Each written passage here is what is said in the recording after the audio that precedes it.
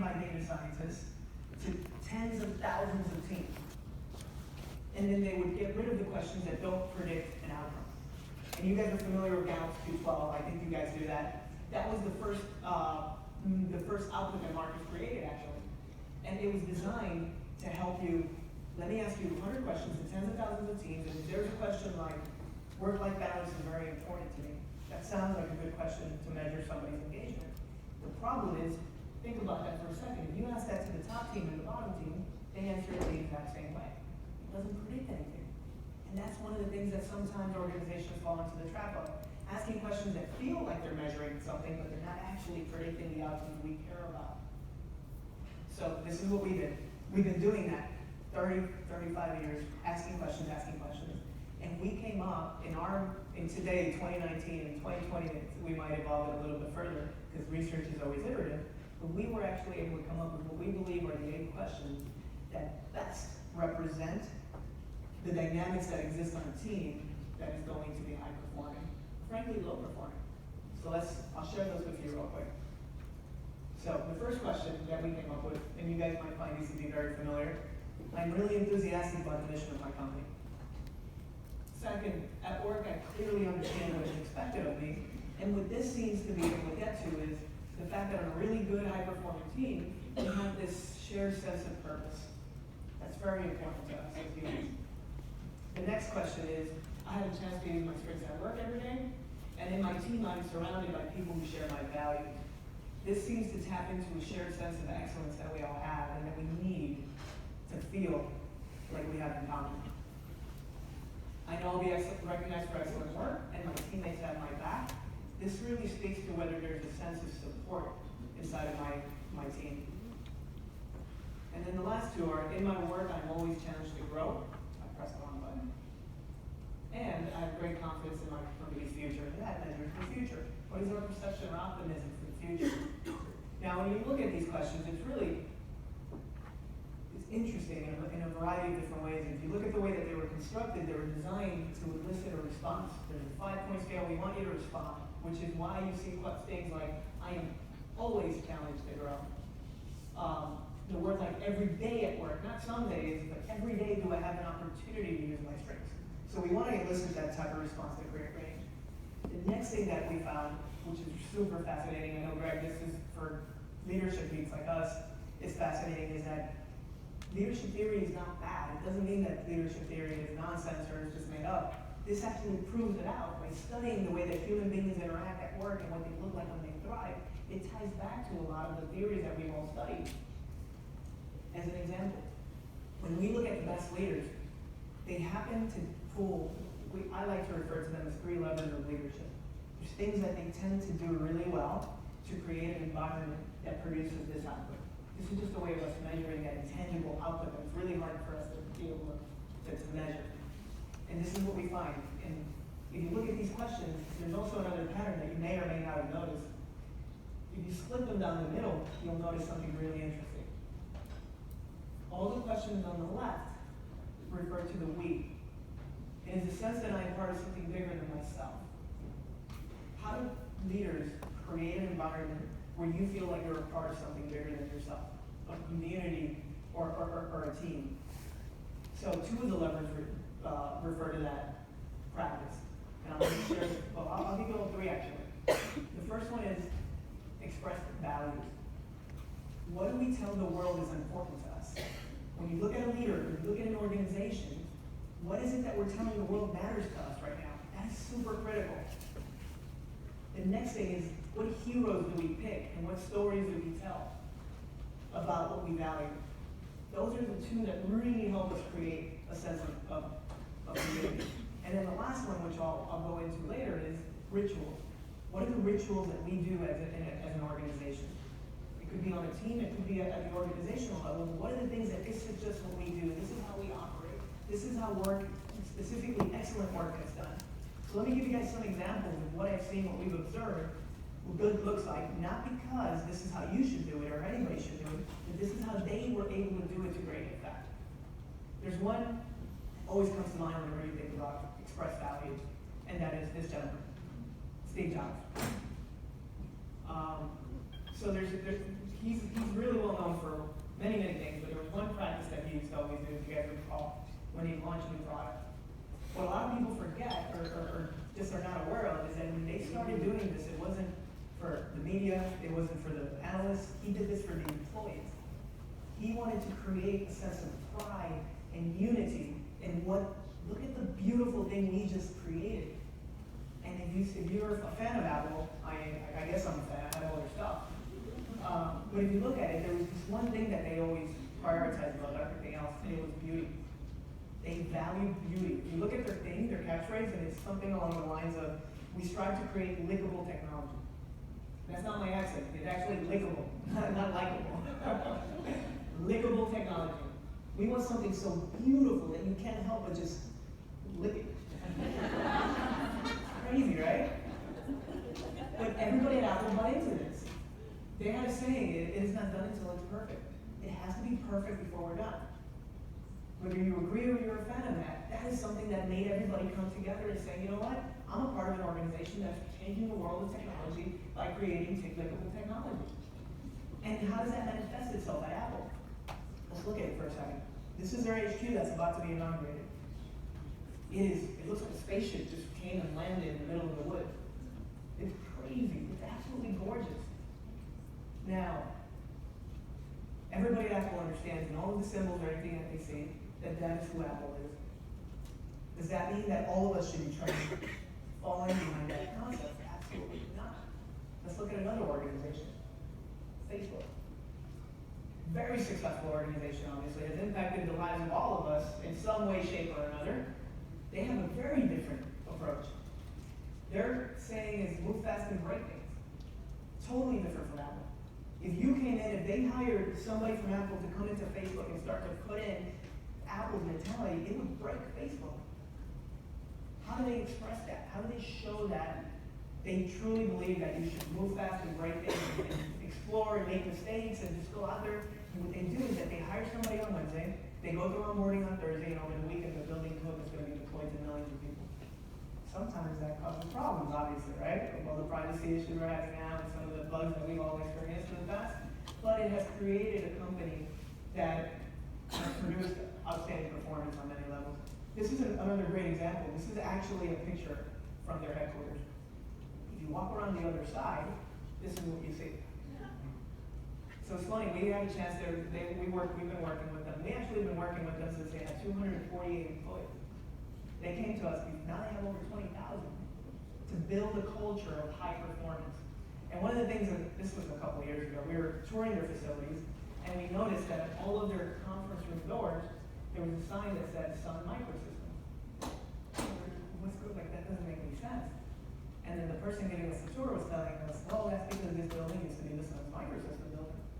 All right, you guys are doing pretty well. I'm sure you guys can afford to put Facebook logos on them. It's like, no, Mark and Cheryl don't want that. They want everybody every single time they're walking around to look at that and realize that if we don't move fast and break things, we're going to go the way of Sun Microsystems. And that is something that they want them to understand. So think about that in our world. What can we do to not just express values, tell people what we care about, what are we doing? What are we hanging up on our walls? What are we saying to be able to create that very explicit understanding of what we think is important to us? In your world, where it trickles down to the future of the world, your forming lives, it's incredibly important for you to be able to understand that. So that's one thing that you can do on your team immediately to be able to start to have control over the environment that you're creating. The next thing I talked about was heroes. We have heroes, and I debated about keeping this picture or not, because I used it last time I spoke at the federal government, but I think it's a good example. So in the Marine Corps, for those of us that are familiar with the Marines, and we have a gentleman, his name is Chesty Puller. He is probably the guy that, if you're a Marine, you hear mentioned the most. The guy was absolutely insane. Has 5 Navy Crosses, which usually you're very lucky if you're alive after you win the first one. The guy won 5 of them in 3 different wars. Incredibly aggressive guy. His unit, I think he was a colonel at the time, in Korea, was surrounded by, it was something like 2,000 Marines and 10,000 Chinese all around him. Everyone's freaking out. Everyone's like, we're done. And they say, what do we do? We're surrounded. And he's like, are you kidding? This is the best place to be. Any direction that you shoot at, you're gonna hit the enemy. Somehow, he led those people out of there, and he did that countless and countless times. Now, as I was telling to the State Department, that's probably not the guy you want to put on your wall. Those are not the ideals that you want to create. So be very intentional about your heroes. Think about who represents what you want. The Marines wanted to inspire two things when they would talk about and idolize Chesty Puller: courage and selflessness. Somebody who really just understand that you are empowered to be able to accomplish great things against unspeakable odds, and always think about others before you think about yourself. The man, you would take a bullet, jump on a grenade for anybody else. Those are the things that they wanted to really impart onto their people. What are the things that we see and that we value in our team and our organization? Let's look out for those examples, and then let's amplify them. Let's make sure those stories that we tell align with the things that we really care about. And let's look for examples in the day-to-day life. It doesn't have to be a heroic thing. Sometimes innovation can be found in some of the most simple practices in the world of work. It could be that report that's really not needed, but we've been doing it because the last person requested it. That can be life-changing for somebody who spends hours wasted on something that takes away productivity and effectiveness from them. The other thing is the signs that we put on our wall. It seems very innocuous, right? Teamwork, yeah. I remember in federal government, every office has something like this. But it actually becomes counterproductive when you don't see that play out in the world. So if we're going to do something, let's be intentional about what we put on our walls, and let's make sure it ties back to what we're doing. That is, I would say, when you go and you observe some of the best organizations, what you see across the board, the best leaders are able to do. Share your expressed values, be very intentional about them. And a hero doesn't have to be an individual, it can be an action. This is what we observe in our community, in our schools. This is what we observe people doing that we think is really special. We think it deserves recognition, and all of us should really figure out ways to be able to inspire that type of action. Now, I'm going to bring us back to the data real quick. I know some of you probably are noticing, wait a minute, what about the other side? So the other side refers with the other aspect of leadership, and that is the me. Yes, I need to feel like I'm a part of something greater than myself, but where does that leave me? Where do I fit in, especially in the world of work? The best leaders somehow figure out a way to manage this dichotomy, and it's not easy. Those of you that are in leadership probably realize the very first day you step into it, this is not what I expected. So how do they do it? I talked about rituals. That's probably the easiest way. Rituals are things that you do because that's just the way things get done. Things that you get really good at because you do it very often, and you realize that it is essential to getting things done here. So let me go and show you one question.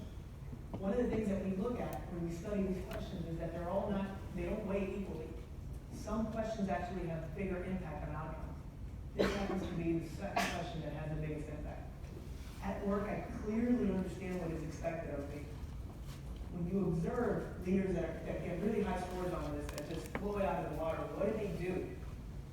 This is going to be really, really impactful. So probably if you guys take one thing out of it, it's going to be this ritual right here. And what you have is you have a team leader and a team member having very frequent conversations about their work. It sounds so obvious, but when you look at the high-performing teams and the low-performing teams, that is the difference. The best leaders don't have a yearly conversation. That's not the way it works. I cannot afford to wait till the end of the year and sit down with you for 2 hours and then figure out everything that has happened in the past. What they actually do is that they meet very frequently, and they don't talk about the past very much. They talk about what's coming up. So what you want to be able to do is create a ritual with your people. It doesn't have to be 30 minutes. It doesn't have to be an hour. It doesn't have to be formal. It can be very simple, like, what are you working on, and how can I help you? What just happened this week, and what's happening next week, and what can I do to help you? It sounds incredibly simple, and there is a little more complexity to it, but what we see is that team after team after team, when we measure the frequency of interactions, we get something called employee engagement, which is, again, I know it's a little bit of a cliche. It's like everybody talks about engagement. Anything can create engagement. Me being able to see my paycheck on an app is going to make me more engaged. What is engagement? Engagement, as we said, is a predictor of future performance. That's what we were talking about. We're talking about innovation. We're talking about new ideas thriving The ability for you to be able to share what you think is going to make a difference in your lives and your students' lives and the people that you touch. And then finally, most importantly, with shareholders or a CEO cares about performance, whichever way you measure it, it could be profitability, but in a lot of cases it's not. It could be event performance.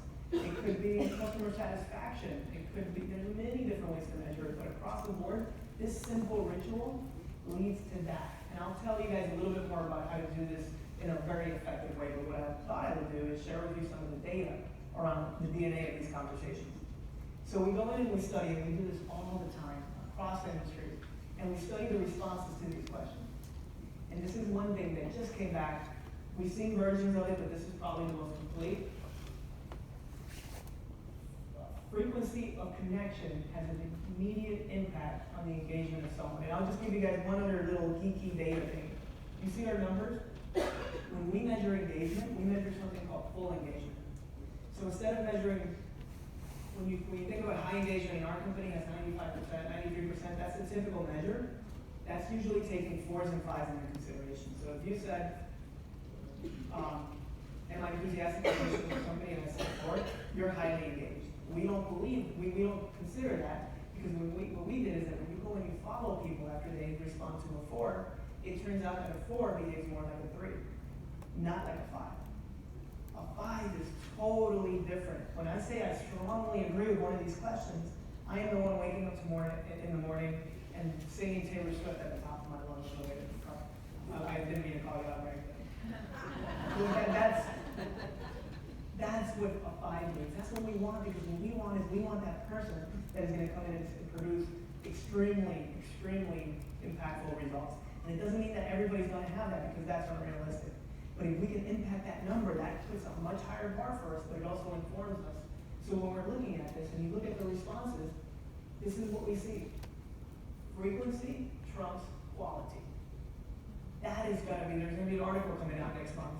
It's going to be on the cover of Harvard Business Review, which is going to blow people's minds. A lot of times the reason we don't talk to our people very often is because we're nervous. Some of these conversations are really tough. And sometimes I don't feel like I'm equipped to have them. But what we find is that frequency trumps quality. The more often you talk to your people, the better outcomes you're going to be able to create. And the weird thing about it is that the more often you do something, the better you get at it. So again, I told you guys the data was going to be like, duh, but it actually goes against a lot of the established practice. It gets even cooler. If you dig a little bit deeper, let's look at the weeds and the needs. Again, it is a significantly higher impact that you have on creating this environment that impacts the experience of your people. And let's look at it even a little bit deeper. We use a methodology that allows us to be able to see 3 things. I can see first and foremost, did we check in, did we have a conversation? I can also see that I give you attention. So I tell you, this is what is most important next week. And I can go, good to go out there and do it. Or I can sit there with you and talk to you about what it is and how can I help you and what would I do to tweak here and there. We can measure that. So the other thing that we were able to see is the impact of attention. Not just conversation, but just significant personalized attention. Not a team meeting, but my ability to be able to sit down and say, next week, priority number 3, this is what you should be doing. Or, you know what, keep up the good work. That is working great. Let me explain to you why that's so valuable to us. That is something that we also take for granted. We don't always, as leaders, recognize the good activities. And that's something we hear across the board. Our top performers get no attention because you're good to go, you don't need me. I need to focus on these folks that need all of my attention. That's not good. You don't take your top performers for granted. Give them attention. Even if it's just validating. Hey, we call it a strengths playback. You see what you just did there? That was amazing. Do you realize when you're doing it, or are you just doing it by accident? Most of the time, we are.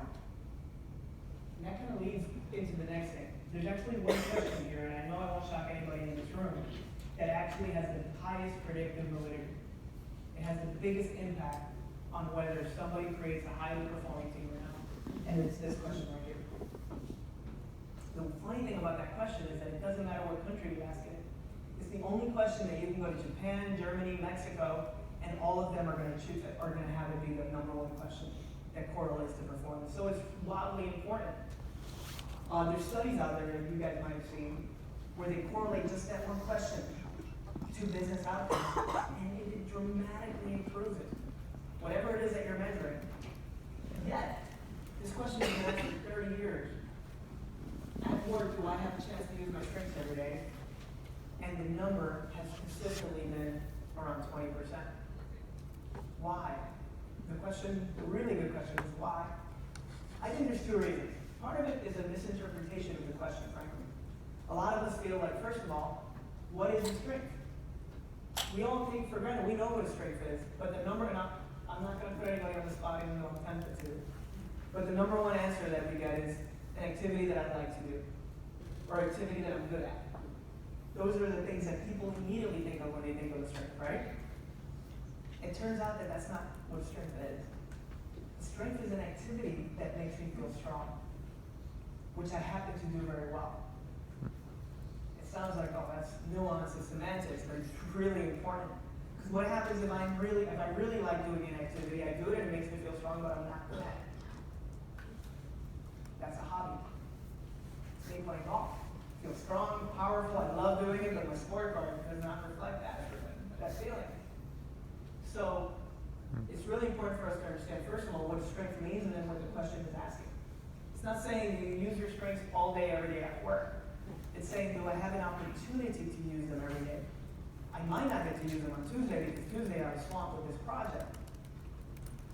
Or did I have 5 minutes to do an activity that made me feel strong, that maybe filled me up with energy? So part of it is on us, making sure we understand what this means.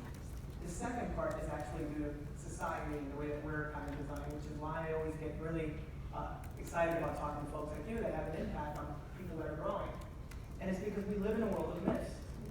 And this happens to be probably the greatest myth that keeps us from being able to lean into our strengths at work or anywhere else. And it's a myth that says that you will grow the most in your areas of greatest weakness. Why do we believe that? And a lot of us, I know, we say, no, I don't believe that. But think about it. How many people in the room have kids? Most of you. All right. So there's a question associated with this that has been asked for the last 30 years. And the question is, if your child comes home from school with a report card, and they have an A in social studies, an A in English, a B in geography, and a D in math, which subject deserves most of your attention? Not all of your attention, most of your attention. There has never been a year where 85% of the respondents don't choose the D. Ooh. And so we say, yes, we do want to put. And why do we do that? We do that because we care. We do that because we're scared. And we do that because we believe that the greatest area for improvement is your D or your F. The challenge there is if you actually sat down and talked to this child, your child, in this case, not this hypothetical child, your child, and you ask them, why are you getting an A in social studies? What is it about English that has you so immersed? And let's understand that you're probably going to find the pathway to excellence a lot faster than you would by putting all of your focus and attention on the D or the F. It doesn't mean you don't address the D or the F because I don't know how to do it, but if I do, I know they're not going to, that's not going to be allowed. But I can't put all of my attention on the F because I know that that's not where their excellence is ever going to lie. So at a very young age, we have the ability to shape the hearts and minds by helping them understand where does my excellence live, where does my unique contribution lie, and then be able to fix some of the things. Now, I know where I work, and I'm pretty sure here it's the same. Proficiency is the price of admission. You can't work here unless you can do your job. I mean, we like you, we think you're amazing, but proficiency is the price of admission. So strengths doesn't even come into play until we get to proficiency. Strengths is the pathway from proficiency to excellence. That's what we're talking about here. We're talking about excellence, high performance. So when you're getting to proficiency, that's when you have to focus on very specific technical things that allow you to be able to do your job. And some of those things might not be aligned with your strengths, and that's okay. Once you're proficient at your job, what your job is to do is to start to gain insights into yourself. Talk to your leaders, talk to your peers. Have moments of self-reflection where you're thinking about what are the activities where the time just flies, where I just feel like I'm floating, where I'm at my best, where I can do that over and over again. And and hopefully it's not on the golf course, hopefully it's related to your job, and then start to think about how do I integrate that a little bit more into what I do.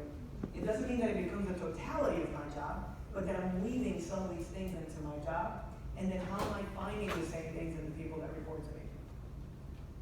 See, so it changes the dynamic of it. So even though it's very simple, just have frequent conversations, this is where it starts to get a little bit rich. Start to look for clues around things that help somebody feel strong at work. Now, that sounds good, but there's actually real data science, there's real science behind it as well.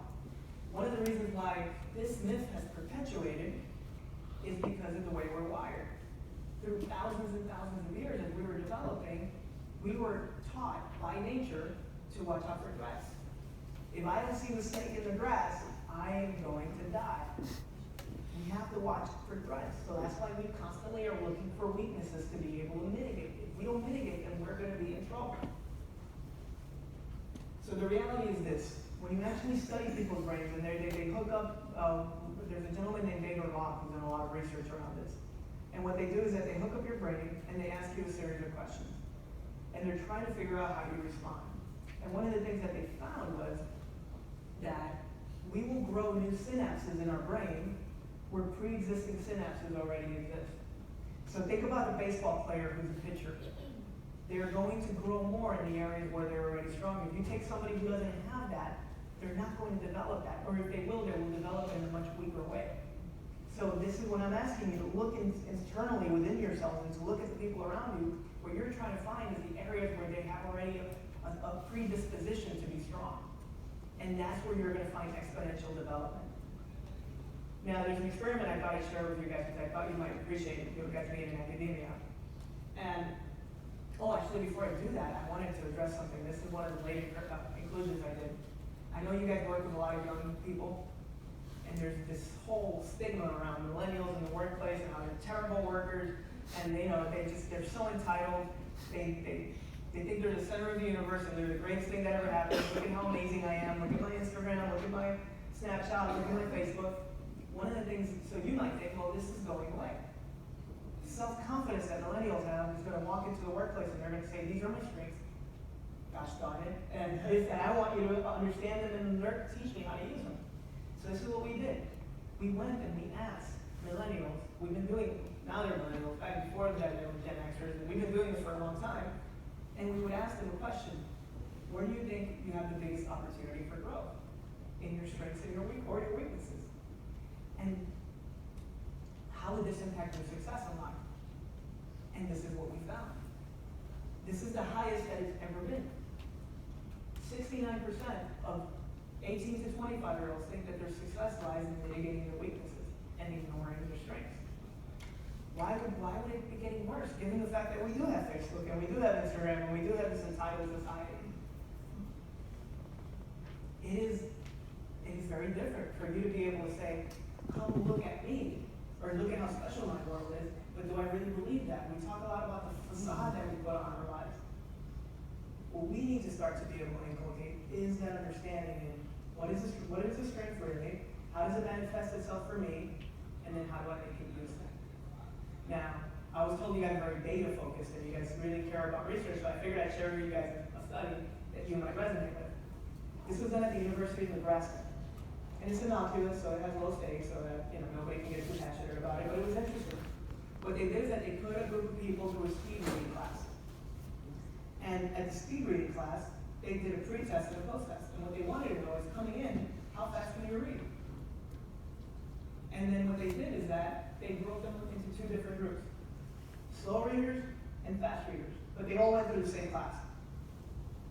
Now, for me, 90 words per minute sounds like very fast. But apparently there's people out there that can do it at a much higher rate. So then they took them and they put them through this 2-week course. And then they gave them a post-test afterwards. And it was designed to measure the synapses. So if you were already a fast reader before you started, how much would you grow? If you were a slow reader and you were just developing the skill, how much would you grow? Does anybody have a guess in terms of how this slow? Let's use a percentage. How much do you think the slow readers grew? Give me a number from 1 to a million. 30%. 200%. Wow. Anybody else? 10%. All right, I'll just give it to you guys.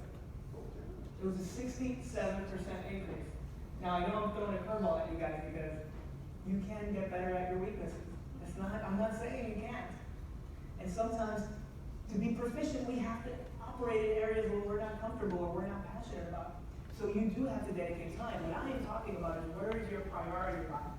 Can anybody guess how much growth these people that were, see these guys went from 90 to 150. What do you think the 350 words per minute, percentage-wise, how much do you think they increased? 80%. Oh, that's very confident. Yes. 80. Anybody else? 200. Does anybody think it went down? No? Alright, this is what happened. Yeah. That's impressive. Yes. Think about it. In their brains, they have this capacity. Cite your study.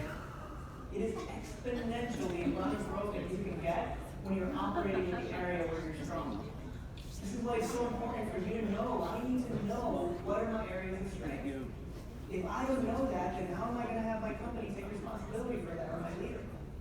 Think about the importance for your children, the children that you teach and the children at home. Right now, there is this potential for them to get exponential growth. This is not a theory. What we did is we studied the most successful people in the world. And what they do is that they're hyper-focused on taking advantage of this biological quirk in our brains. It's a cheat code. Right? But here's our challenge, specifically as leaders at our business. We have to focus on how do we identify our own uniqueness and the uniqueness of people around us, and how do we make it useful. It is no good if your strengths can only be displayed on the golf course. We need to figure out a way to take our strengths and make them useful in the context of what we do. That should be an ongoing journey. We focus on so many other things. Creating technical proficiency, creating proficiency in a bunch of different areas. Let's become really proficient at doing this. And I can assure you, not only will it increase your performance, your success, your satisfaction with your job, you're going to be able to create what's happening on that scatter plot. You're going to create teams that are moving upwards. Now, I wanted to address a little bit of an elephant in the room.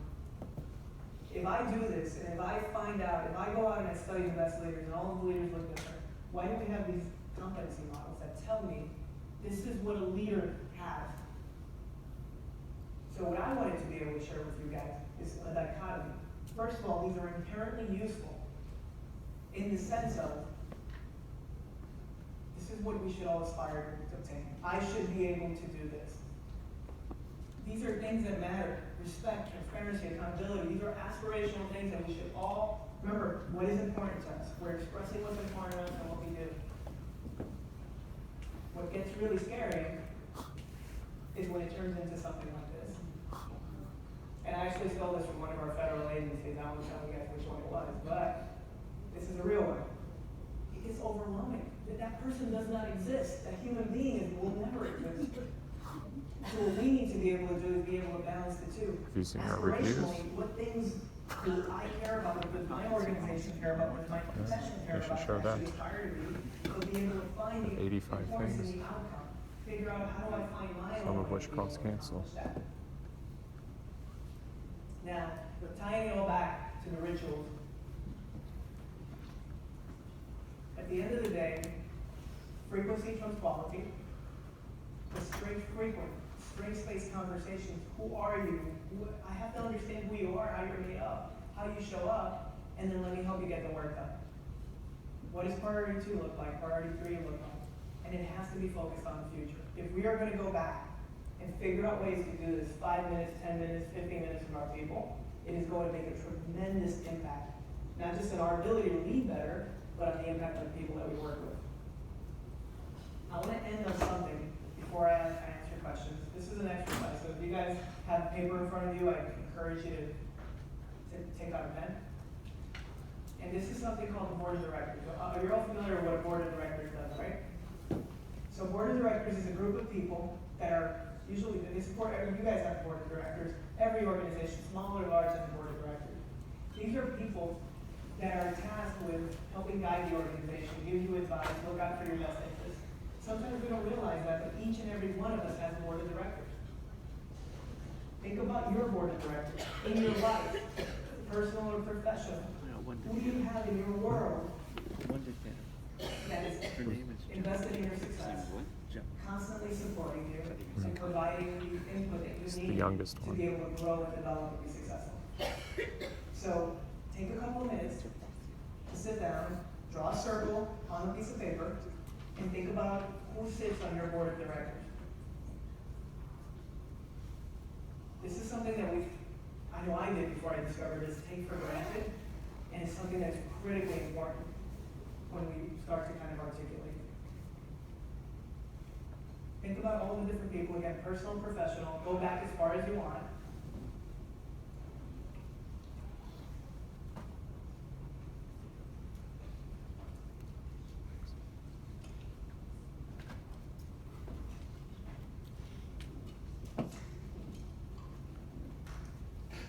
If you don't have a piece of paper, just envision it, start categorizing them.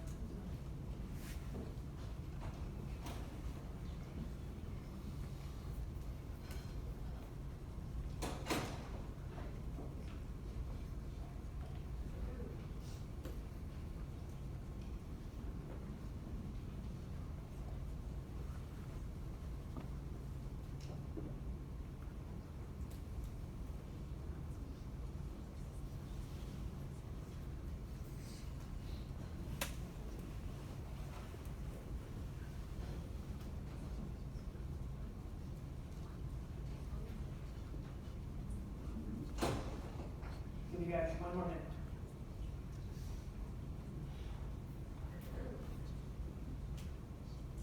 I don't have a stopwatch, so I don't have to be honest.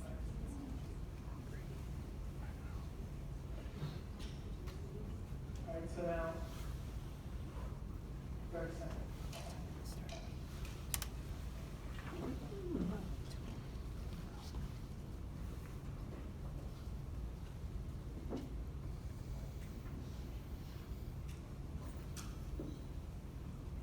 All right, so show of hands. How many of you have between between 1 and 5 people on your board of directors? How many of you have between 6 and 12? Bigger proportion. How many of you have between, let's just say 16 or more people on your board of directors? All right. 2-3 people in the room have 16 or more. What does that mean? It means that this is a tough group to get into. This is a select group of people that you would identify as being part of this board of directors. Let me ask you guys another question. How many people have jumped on your board over the last 5 years? Meaning you didn't even know they existed 5 years ago. Do you have people on your board like that? How about people that work, like if I were to do this exercise with you 6 years ago, can you think of people that would have been on it then but are not on it now? Yeah? All right. How many have your parents on your board of directors? All right. How many of you have your accountant or your tax preparer? Come up. No? Did I make the guys come in? How about teachers that you might have had in the past or worked with? They're important. They make the cut sometimes. How about your doctor? I know back in the day this used to be a big deal. Now it seems to be falling off of people's doors for some reason. All right. How about a team leader? How many of you had a team leader on? Grace? Yeah, this was the one that usually gets the most responses, so a team leader. Now the question I want to ask you guys is this. If I were, and don't answer. Don't answer. If I were to ask your teams right now, if I were to do the same exercise with them, how many of you would think that you would make their board? This is probably the most simplistic way that I've ever heard leadership be defined.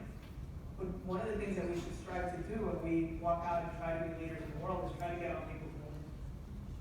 How do I go out there and figure out a way to create an impact on the people that are leads so that they feel like I am a key part of their success? Whether we care about leadership or not, we all should. If not, we probably shouldn't be in positions of leadership. The other lesson, which is a relatively new one, is I would highly recommend and borderline challenge you to go out there and tell the people that you did this exercise and they sit on your board. They might fall off for X reason or another, they might pass away someday, and they'll never know that they have such an important role in your life. So, that's something that I know every time, and by the way, do this again. Give yourself some inventory in a couple of years, and just understand, what does my ecosystem look like? What does my support structure look like? So that I can understand who is a part of it, engage in a more productive way, and then how do I go back and make sure they understand it? Because it's a big deal. And frankly, we owe them a lot. If you look at the people on that list, those people have a lot of impact on you. Make sure they know it. Now, the last thing I'll say, and I'll close with a quote. There's a lot of different ways that we can show up at work, but at the end of the day, if we do have this really good understanding about ourselves, about our strengths, about how they add fuel to our lives, to our work, we are going to be our most productive, our most generous when we play to our time, to our strengths all the time. If we want to win, this is the avenue that we're going to be able to do it. And at the end of the day, anytime you're looking at research or looking at theory, always go back and say, what does the data show me? How many people are they studying? What is the correlation that they're doing? At the end of the day, the theories that make you say, yes, I absolutely agree, usually the ones that are grounded in reality, the way that people work. Now, what I wanted to be able to do again was, any questions that you guys have, I know you guys have I would say a lot in leadership structure here in the sense that they're putting so many things at your disposal for you guys to be able to leverage, to be better leaders, to create bigger impacts in whether it's your classroom, your team, or your community. What questions can I answer? Anything that you guys have that might trigger your interest, just by hearing some of the research. How do you approach it when someone's like area of weakness is a core part of their job? Like, Good question. and yeah, it should eventually be like they don't go to the organization, but like, you can't fire our way to greatness. So what are some But approaches? no, that's probably the number one question that comes up from leaders. So the reality is that, as I mentioned earlier, proficiency has to be the price of admission. So you have to, there's something that some industries call an interrupt. If something is